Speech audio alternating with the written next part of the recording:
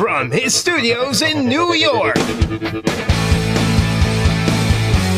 it's time for Wake Up Call with Dan Tortora, where sports meets life.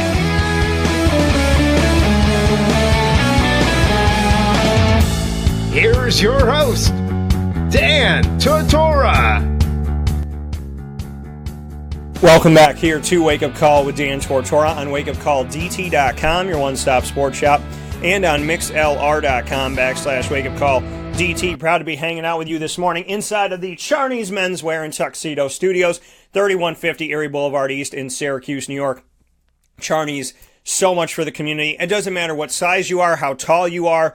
They have a size for everybody at Charney's, from suits to sport coats to shorts and pants and tuxedos, a little bit of everything, dress down wear, athletic wear, Syracuse stuff, NFL gear, Looney Tunes, Space Jam, graphic tees, Callaway for my golfers out there, as well as all of the accessories, the bow ties, the ties, the handkerchief, the suspenders, the hats, the socks.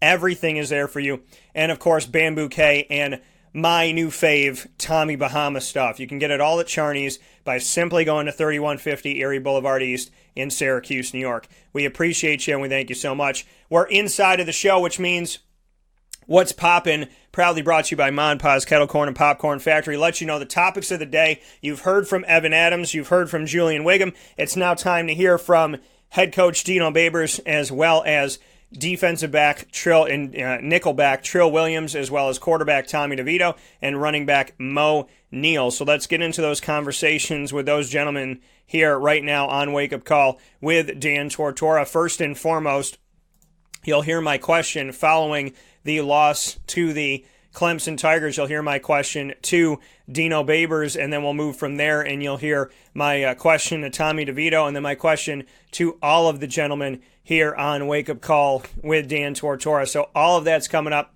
right here in just a moment, as we will go in that order. So you'll hear from Coach first, then you'll hear my one-on-one, my Q&A with Tommy DeVito, and then you'll hear from the three gentlemen. So first and foremost, this is Dino Babers answering my question about the offensive line following this game, giving up 8 sacks to the tune of a loss of 56 yards.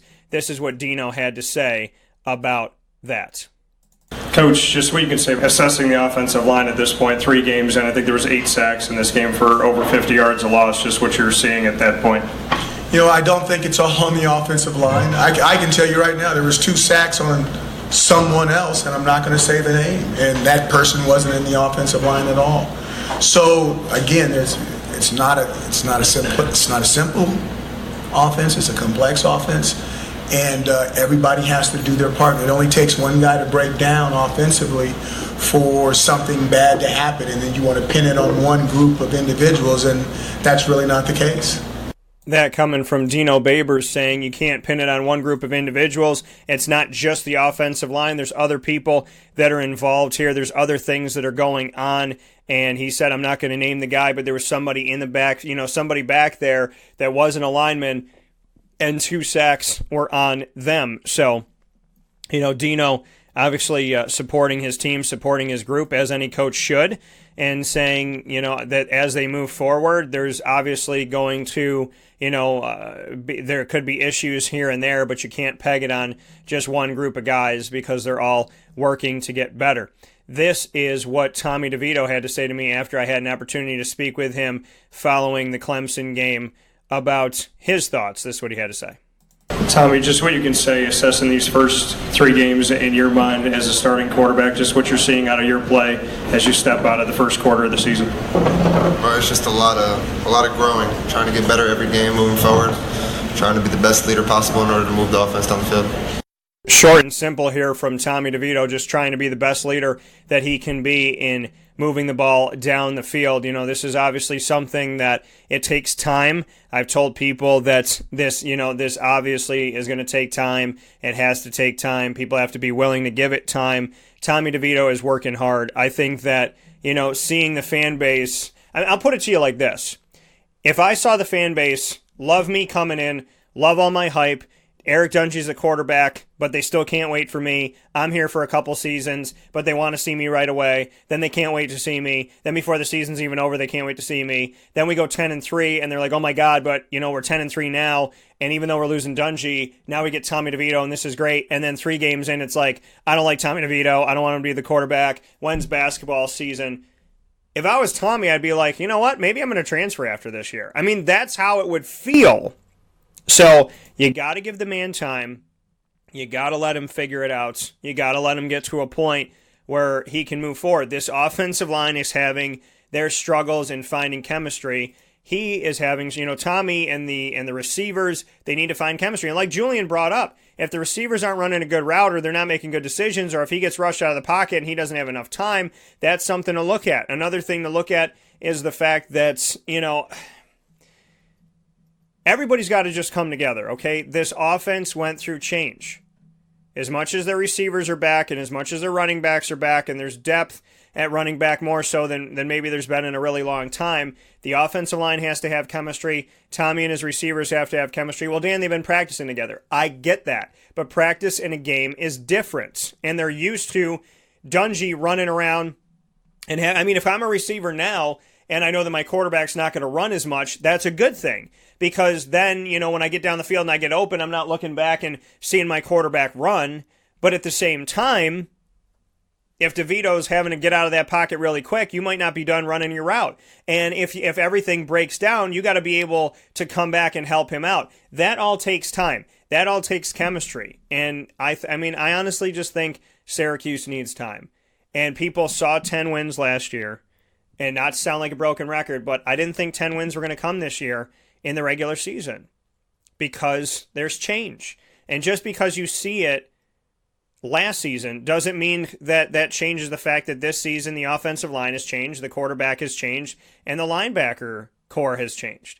There's been change on this team, and change means growing pains. It doesn't mean the team's not going to be good eventually. It just means that all good things take time.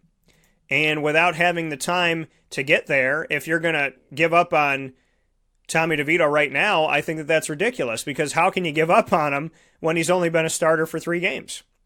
And I said going into the season, this team goes as he starts off. And then the offensive line, and then the linebacker group. They go as that. The linebackers are the quarterbacks of the defense. The middle linebacker is the quarterback of the defense. Tommy DeVito is obviously the quarterback of the offense. And the offensive line, you build everything in the trenches. Remember a few years ago when the defensive line needed time? Now the offensive line needs time. So, it's hard to get all that stuff on the same page at the same time. Unless you're Alabama or Clemson and you can throw anybody in there and they're going to get it done, it's a really, really difficult thing to do. So I think that people just need to temper their expectations and provide some time and just sit back and watch who this team is. Like Nathan Trout said, not in September, not in October, see who they become in November, because that is the nitty-gritty, and how you finish is drastically important. Obviously, you want to start strong. Obviously, you want to continue strong. But at the end of the day, you want to be able to finish well to build for the future and hopefully have another game or two after this regular season is over. Up next is my question to Trill Williams, Tommy DeVito, and Moe Neal, all 3 of them answering the 3rd largest crowd in Carrier Dome history for Syracuse football, 50,000 plus. Just what they can say, even though they didn't get the victory, what it meant to them to see the fans show up in droves the way that they did for the first time in seemingly forever, just what that felt like. This is for each of you, just what it means to you, even though you didn't get the win in this game, that 50,000 fans showed up, 3rd largest crowd in Syracuse football history, just what that means to you guys, despite the loss. Start with Trill. When we first walked out on the field and we looked up in the crowd, and it was just a great environment. Me as a sophomore being here, this is the first time that I've ever seen that many people at a game. So hopefully we can do it again. I agree. I think the fans have a tremendous outcome on the game. I think they play a big role in it. Just keep doing the same thing. The more fans that come, the better. It gives us an advantage on the field. Coming in, that was a goal of mine when I stepped foot on campus 4 years ago, just to play in front of a sellout crowd in the dome, and it was amazing. The fans was rocking, a lot of energy. Disappointed that we couldn't get them a win. So that coming from all the gentlemen here and there, from Trill Williams and Tommy DeVito and Moe Neal, obviously they wanted to get the victory. But Tommy said, listen, we got to have, that's something great to have. That's something that you want to have. The more fans are in there, they can affect the outcome of the game. Mo saying, 4 years ago when I came in, this is what I wanted. This is what I came to Syracuse for. I came to come to a packed dome. So they want to get the victory for them, and they want to be able to have something like that, but the fans got to show up. And I've said over and over again that fans have shown up for teams that haven't played well. The Kansas City Chiefs, no matter what Notre Dame's doing, fans show up.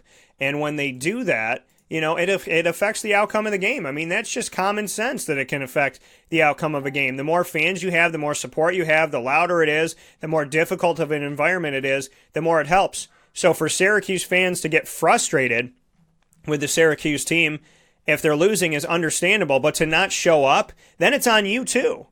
If you're frustrated that the team's not winning and then you don't show up to make it the Loud House, well, then you're kind of responsible for it as well. You're not on the field, but you're part of it. Remember how they say it's really hard to play in Seattle because they have the 12th man? Well, it's the same situation in Syracuse and anywhere else. If you pack the dome after Syracuse loses to Clemson 41-6, you pack the dome 50,000 for Western Michigan, that's going to make it a difficult environment. You got to keep packing the dome. You got to keep showing up. You got to keep being there. You got to keep believing in this team because eventually it's going to turn around. Floyd Little said it years and years and years ago. He said our tickets are cheap. So show up now because the tickets are going to get more expensive, which they did. The packages are going to be more expensive, which they are. So you can get in on this ground level and you can be a part of it for an inexpensive price because you want to be here as we're growing. All good things take time. And I know that now that Syracuse fans know what it feels like to be successful, they want to feel that every season. But there's turnover for the last 2 years at linebacker. There's turnover on the offensive line that took forever to build. And Tommy DeVito is a first-year starter, even though he's a redshirt sophomore. It's going to, whether you like it or not, take time. And that doesn't mean you can't go from 10-3 and then have a totally different team and go 10-3 unless you're UCF, which they did it with a totally new coaching staff, or Alabama or Clemson.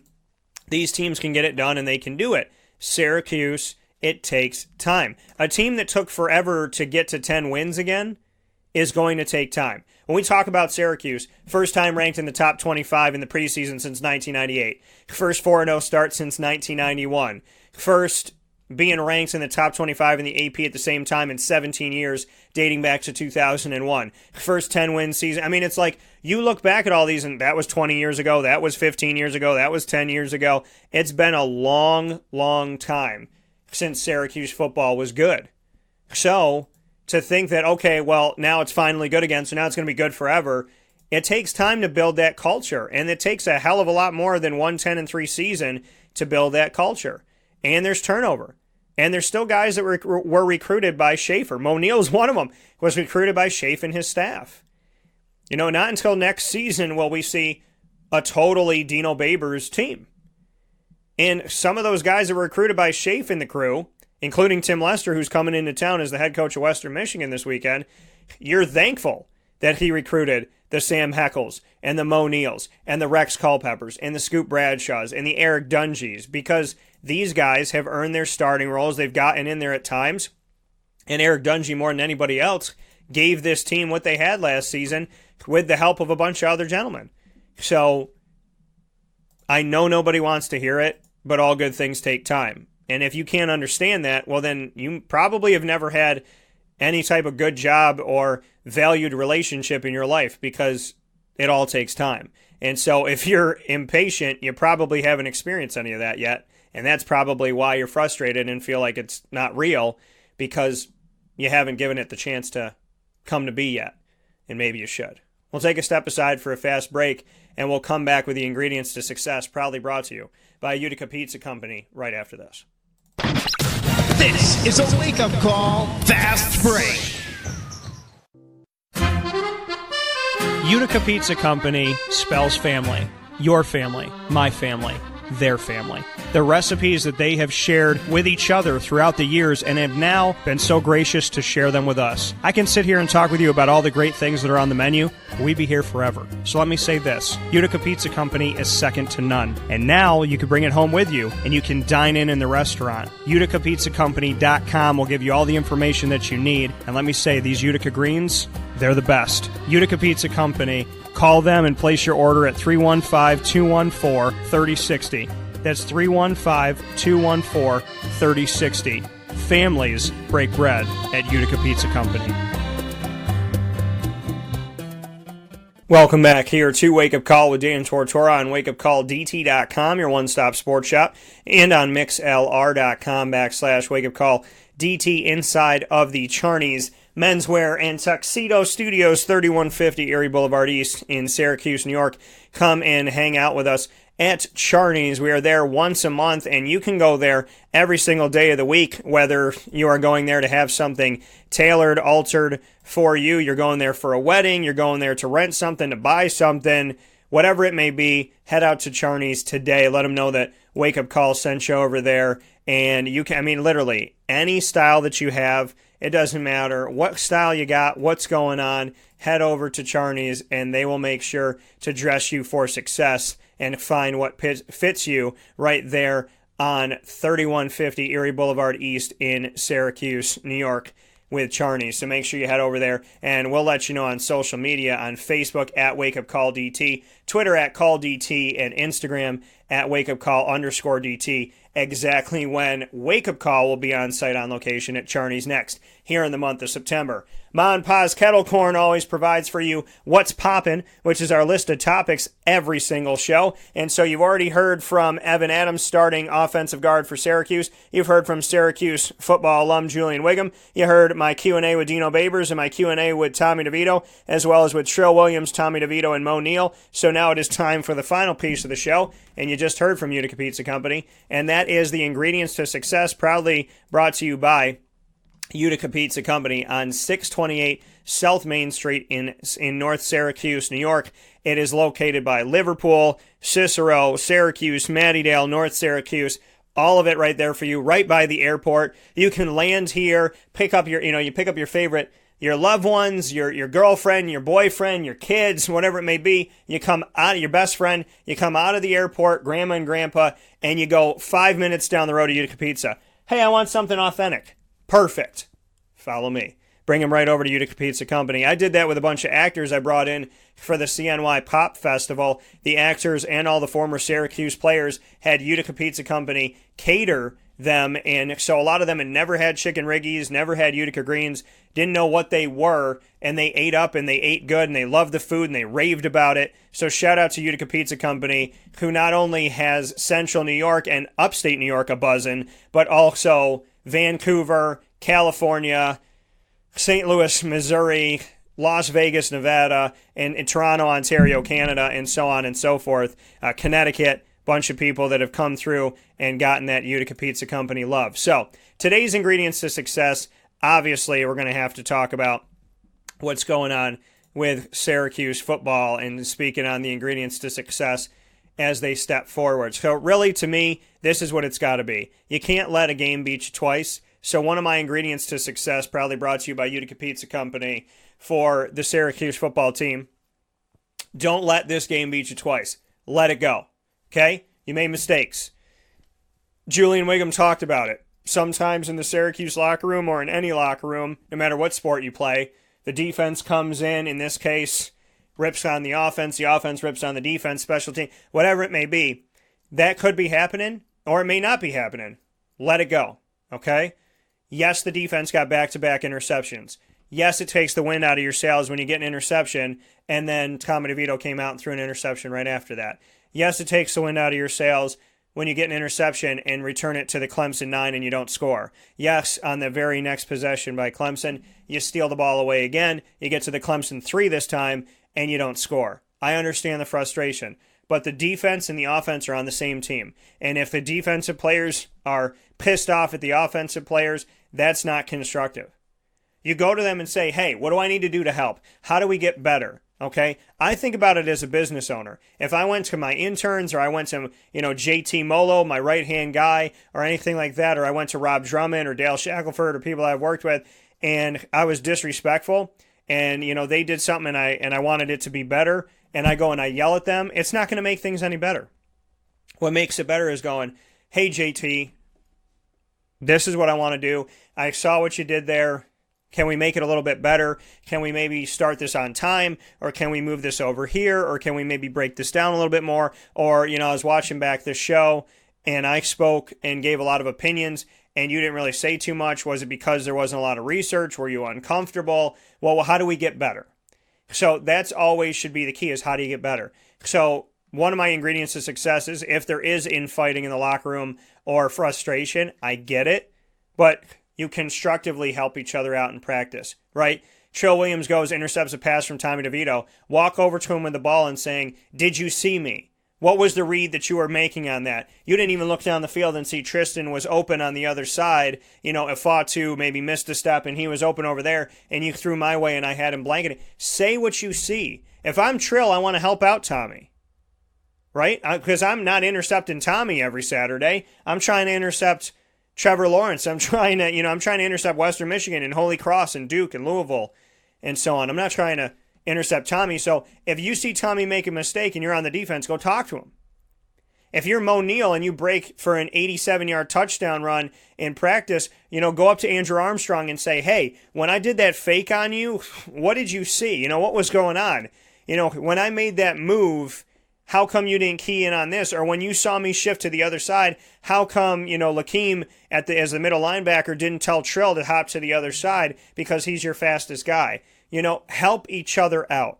Talk to each other. When you beat somebody in practice, it's not just yay me. Go up to that person and say, this is how I beat you. This is what I did. If you see it, if you're on the scout team, tell them you didn't see this and I'm seeing this in film. Go to, after practice, go to the film room and sit down with Tommy and say, I saw this. Did you see this?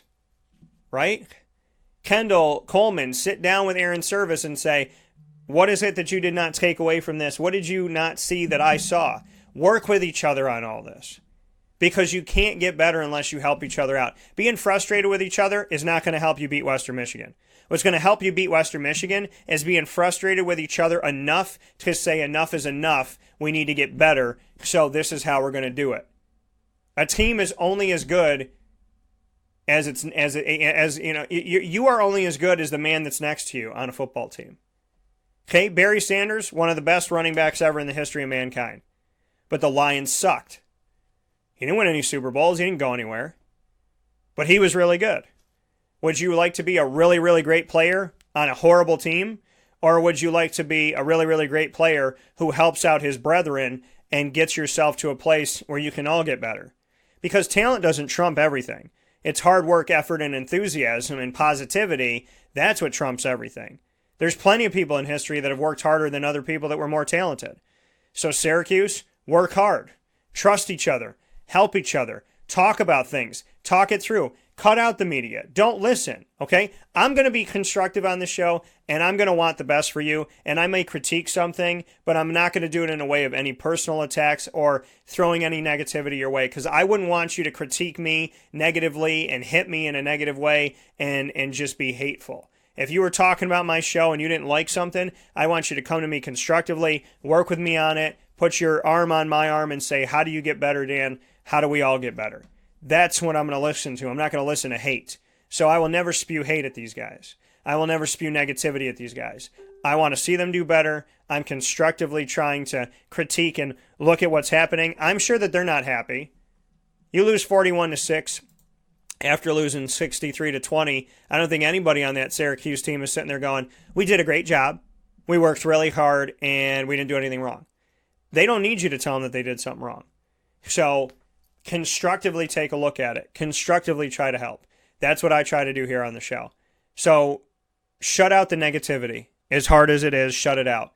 Because the people in your class that love you and the girls that want to date you when you're doing well, if they hate you now, they're not worth it. If you go to if you go to history class in school and the same kid that was talking to you last week and wanted free tickets and this, that, and the other, and now he doesn't want to talk to you, they're not worth it. Keep your inner circle of people that love you no matter what happens. Focus on yourself. I focus on God, so if you have a faith, focus on that. Pray a lot, work your behind off, and just focus on what you can control. And let Clemson go. Let them be what they are. If they go to become national champions, let it be what it is. Okay? It sucks that you didn't beat them, but you can't let them beat you twice. You got to move on. You got to let it go. Watch your Western Michigan film. Help each other out. When you beat somebody and you make a good play in practice, go up to that person that you beat, tell them what you did, and help them to get better. It's not good enough for you to celebrate with your teammates on offense or defense or special teams. Go over to them and say, this is what happened. This is what I saw. This is what I took. This is, be an offensive lineman, be Aaron Service and say, hey, when I'm playing center, Dakota, when I shifted this way and I took up this thing and I created this space, you didn't work with me on creating that space for Jarvion Howard. So you can't look back at him and shake your head that he lost 2 yards. That was our fault. I moved. I wanted you to move with me. You didn't. So what did I do wrong? What did you do wrong? How can we make sure that next time Jarvion's got a hole there so he can burst it? It's not his fault that it's negative 2 yards, or even if it is his fault, let's make it easier for him. It's really hard when things aren't going well to grab somebody and say, hey, how do we get better? But the world doesn't get better by going, hey, you missed that play. You look like an idiot. The world gets better by saying, hey, come here. I got you. This is what I saw in that last play. I think that you can get better. I believe in you. Let's try and do this again. That's how it's got to be. Love each other up. Tell each other constructively how to get better. And block out all the hate.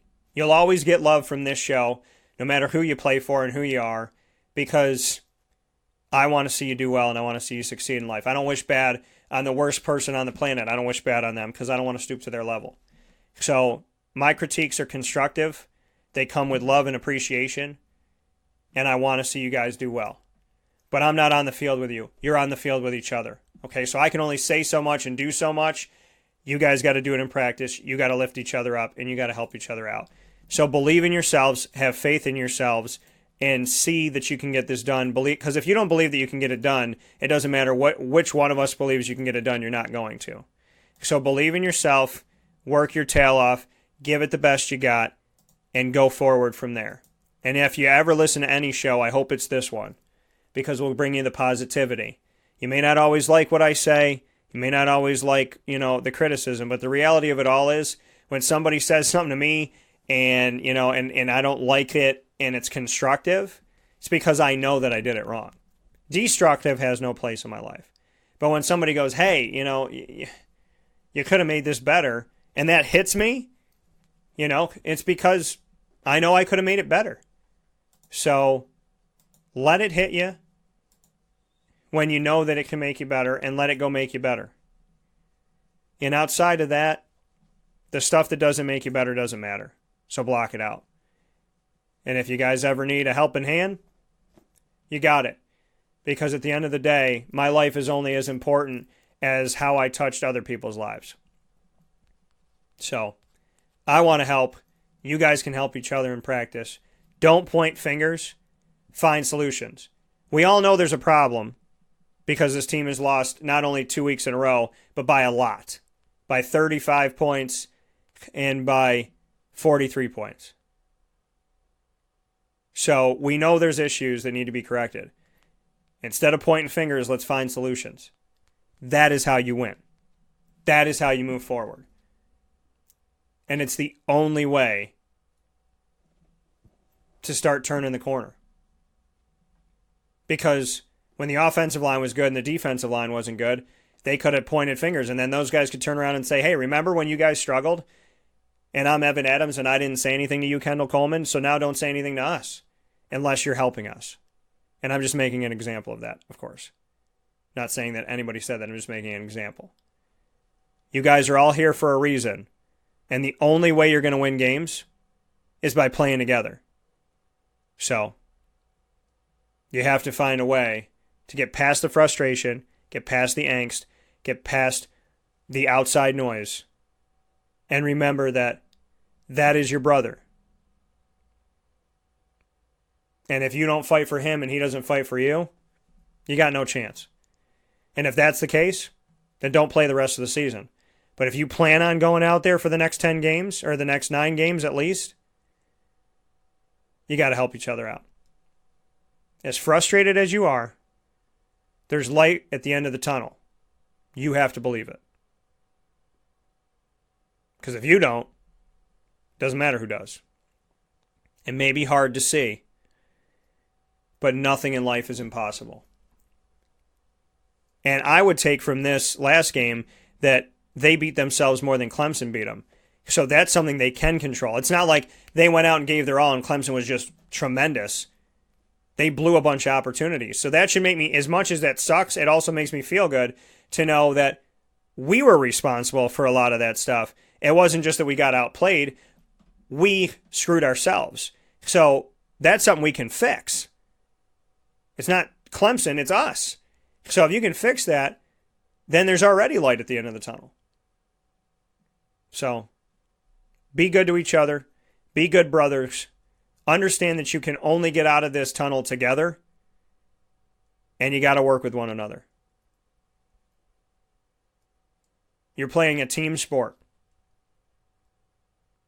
So sometimes you got to carry somebody else. And you may not want to. But the way that life works is, if you refuse to carry them, you're going to need to be carried someday. And they may not carry you because they may remember. So just remember that. If you don't want to pick up your buddy right now on the team who's struggling, they might not pick you up when you struggle. We all struggle. So be there for each other. And keep believing. Because you have a head coach that believes in faith, which is belief without evidence. There's no evidence that this team is going to have a successful season this season, except the faith you have in one another. Take that as your ingredient to success. Screw what everybody's saying. Go play the game.